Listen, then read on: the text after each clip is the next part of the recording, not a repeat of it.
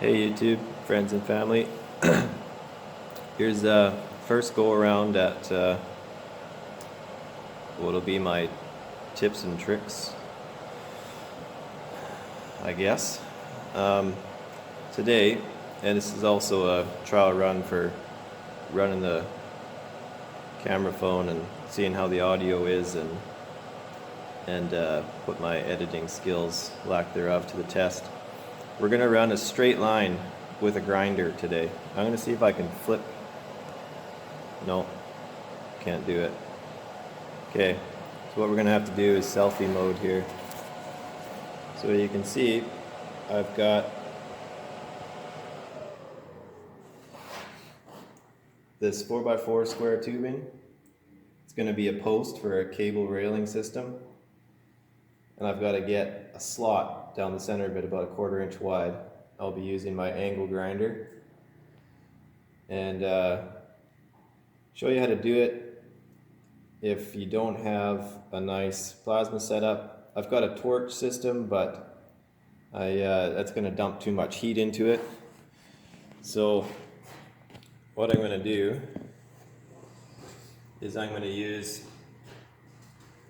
a piece of flat bar as a straight edge, just clamp it to it, run my disc alongside the flat bar carefully, and we'll run a straight line, zip it out, and I'll show you what that looks like when it's done.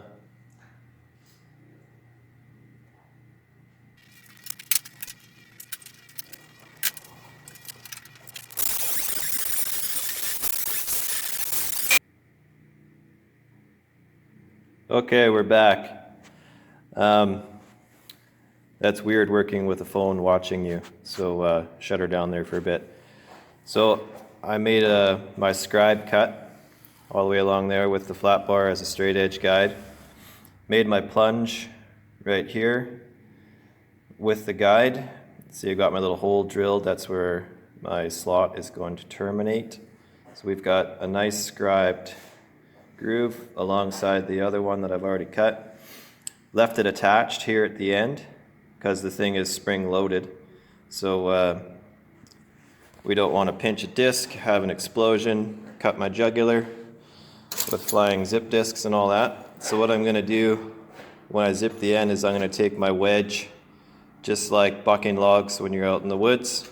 Don't want to pinch that disc and have all sorts of crazy stuff happen. So I'll finish cutting this out, show you what it looks like.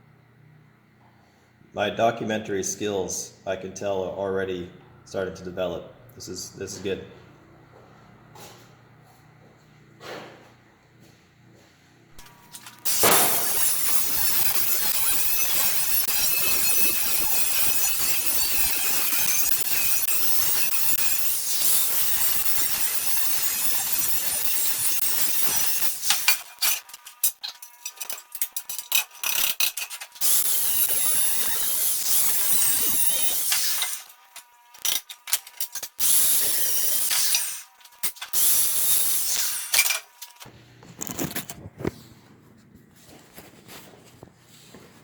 Okay, so as you can see, we've got a nice parallel straight line. See how much it closed in at the end here? Maybe you can see that. Got really tight right there. Hence the wedges, so we have no explosions. Nice even kerf. And simultaneous tip here. It's a 2-for-1 today. Find that sweet spot with your grinder and your grinder disc, your zip disc. Pushing on your grinder, forcing the disc through, you're just going to run into wear and tear on your grinder. You're going to blow through consumables like crazy. Listen to the tool. It'll tell you. If it sounds like it's working too hard, it is. Find that sweet spot. You will save on consumables. You'll save on tools. It'll be easier on yourself. Slow and steady wins the race. So we'll clean this up and I'll show you the end result here on another post I've got going on too. Here's the finished product. Nice parallel lines, nice slot. You can see it pinched together at the bottom there.